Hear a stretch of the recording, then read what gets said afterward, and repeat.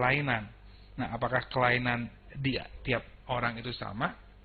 Antara anak-anak dengan orang dewasa kelainannya sama. Oke, kita bahas ya. Nah, tadi masih ingat ya bahwa untuk melihat secara normal ya atau agar benda terlihat, maka gimana caranya? Caranya adalah bayangan dari benda yang akan kita lihat itu tepat harus jatuh atau tepat berada pada retina, gitu ya. Jadi misalkan ini retina di sini, maka nanti cahaya yang masuk ya, oleh kornea akan difokuskan untuk tepat jatuh di retina, gitu ya. Ini jalan cahaya, maka inilah kondisi yang normal. Jadi normal itu terjadi kalau apa? Kalau bayangan tepat jatuh di retina. Ya. Kemudian ada beberapa orang yang mengalami kelainan. Yang pertama disebut dengan miopi. Atau nama lainnya adalah rabun jauh. Nah, rabun jauh itu terjadi karena lensa orang yang mengalami miopi itu terlalu pipih. Akibatnya apa? Akibat terlalu pipih, maka nanti bayangan yang masuk ke mata itu jatuhnya tidak tepat di retina, tetapi di depan retina. Jadi harusnya cahayanya jatuhnya di sini, tapi kalau orang yang miopi itu cahayanya jatuh atau bayangannya jatuh pada di depan retina. Inilah kondisi yang miopi. Jadi pada orang yang miopi atau rabun jauh, bayangannya itu akan jatuh di depan retina ya, tidak tepat di retina.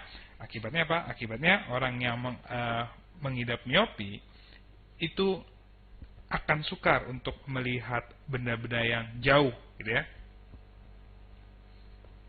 Nah, sekarang bagaimana agar penderita miopi melihat dengan normal? Nah, agar bisa melihat dengan normal, maka penderita miopi itu harus menggunakan kacamata ya, dengan lensanya itulah lensa yang cekung. Nah, biasanya kacamata lensa cekung ini disebut dengan kacamata minus. Ya. Kenapa? Karena biasanya kalau lensa cekung itu nanti ada yang disebut dengan fokus. Ya. Nah, nilai fokusnya itu bernilai negatif. Kemudian kelainan yang kedua itu adalah hipermetropi atau sering disebut dengan rabun dekat. Nah, penderita rabun dekat ini kesulitan atau sulit melihat benda-benda yang dekat. Melihat benda, terutama dalam jarak yang dekat, gitu ya. Nah, hal ini terjadi karena bayangan benda itu jatuhnya di belakang retina, ya. Jadi bayangan dari benda itu jatuhnya di belakang retina, gitu ya. Jadi beda kalau miopi kan jatuhnya di depan retina, sedangkan kalau hipermetropi itu bayangan benda jatuhnya di belakang retina. Nah, tadi kan masih ingat ya, lensa itu punya kemampuan akomodasi, ya, atau daya akomodasi, di mana lensa itu bisa menjadi cembung atau menjadi pipih tersendiri, gitu ya. Nah, orang yang presbiopi, yang mengidap presbiopi, itu kemampuan akomodasinya itu sudah menurun, gitu ya. Jadi kan akomodasi cembung atau mimpi itu untuk melihat jauh atau dekat, gitu ya. Nah, akibat orang yang mengalami presbiopi, daya akomodasinya atau kemampuan lensanya untuk mencembung dan memipihnya itu menurun, maka orang yang menderita presbiopi itu sukar untuk melihat jarak dekat ataupun sukar untuk melihat jarak jauh. Ya, jadi dua-duanya, gitu ya. Jadi orang yang presbiopi itu diakibatkan daya akomodasi yang menurun, mengakibatkan orang tersebut suka untuk melihat jarak jauh maupun jarak dekat. Nah, Gimana caranya agar melihat normal? Nah, agar melihat normal, ini dia menggunakan kacamata yang berlensa ganda, gitu ya. Jadi kacamatanya itu nanti ada lensa positif dan sekaligus ada lensa negatifnya. Jadi kalau ini kacamata, ya, ntar ada bagian yang lensa negatif, ya misalnya lensa negatif.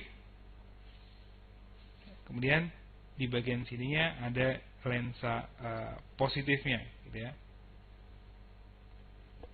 Sama nih di bagian negatif dan di bagian ini adalah bagian positif.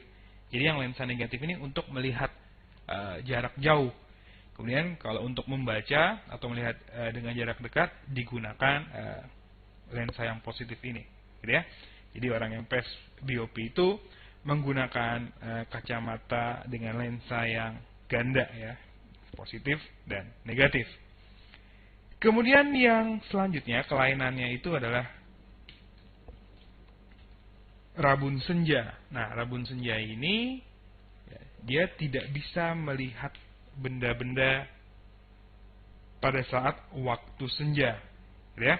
Nah, biasanya rabun senja ini itu diakibatkan, ya, ini diakibatkan kekurangan vitamin A. Ya, jadi kalau orang yang kurang vitamin A bisa mengakibatkan rabun senja. Artinya dia tidak bisa melihat benda-benda pada saat malam hari, ya. Itu adalah rabun senja. Kemudian yang kelima itu kelainan yang disebut dengan katarak. Nah, katarak itu terjadi karena apa? Karena lensa dari orang yang menderita katarak itu terdapat lapisan putih.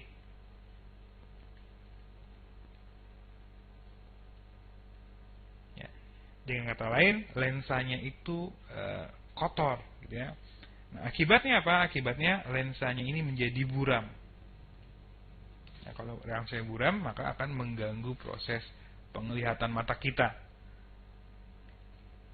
Nah, biasanya orang yang menderita katarak ini agar bisa melihat normal lagi, maka lensa matanya yang sudah buram ini diganti dengan lensa baru, gitu ya.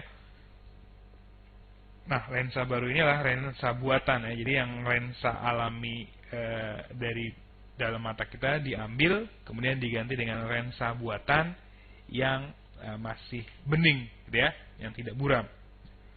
Kemudian yang keenam, kelainan selanjutnya yang pada mata itu adalah buta warna.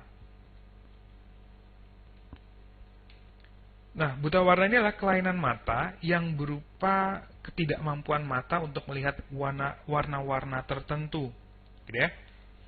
Nah, jadi buta warna dibagi dua nih. Ya, ada buta warna yang sebagian, artinya misalkan ada orang buta warna merah, artinya apa? Artinya dia tidak dapat melihat warna merah. Ada juga buta warna biru, berarti dia tidak bisa melihat warna biru. Dan yang kedua, buta warna total. Nah, kalau ini total ini dia tidak bisa melihat hampir seluruh warna. Jadi yang bisa dia lihat hanya warna putih dan warna hitam. Jadi apa yang dia lihat itu warnanya cuma dua. Kalau enggak hitam, putih, gitu ya. Itulah buta warna total. Nah, buta warna ini itu diakibatkan karena ada kelainan pada gen kita, gitu ya. Gen itu sebenarnya bagian dari manusia yang membawa sifat-sifat pada makhluk hidup, gitu ya. Nah, jadi buta warna itu akibat adanya kelainan gen. Nah, itulah beberapa kelainan pada mata kita. Nah, bagaimana kita mencegah kelainan mata tersebut? Oke, yang pertama, misalkan kita banyak mengkonsumsi makanan-makanan yang mengandung vitamin A, ya. Jadi ini untuk mencegah terjadinya rabun senja. Ya. Kemudian yang kedua, yaitu menjaga kebersihan mata, ya, sehingga mata tidak selalu kemasukan kotoran, ya. Jadi kita harus segera melindungi mata kita jika berada di tempat yang berdebu atau berasap. Karena kalau mata kita kemasukan debu, itu bisa mengakibatkan iritasi, ya, sehingga mata kita bisa menjadi merah.